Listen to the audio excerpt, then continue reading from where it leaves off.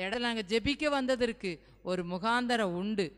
அந்த ஆபிரகாமின் ஆசீர்வாதங்களை எங்களுக்கு மிகுதியாக தாரு. நாங்கள் எந்த விதத்திலையும் எதிலையும் குறைவுபட்டு போய்விடக்கூடாது. எல்லாவற்றிலும் நாங்கள் நிறைவாக இருக்கக்கூடிய கிருபைகளை நீர்த்தார். எங்களை நல்ல ஆசீர்வதித்து நடத்தும். தேவைகளெல்லாம் சந்தியும். ஆசீர்வாதத்தினால் நிரப்பும்.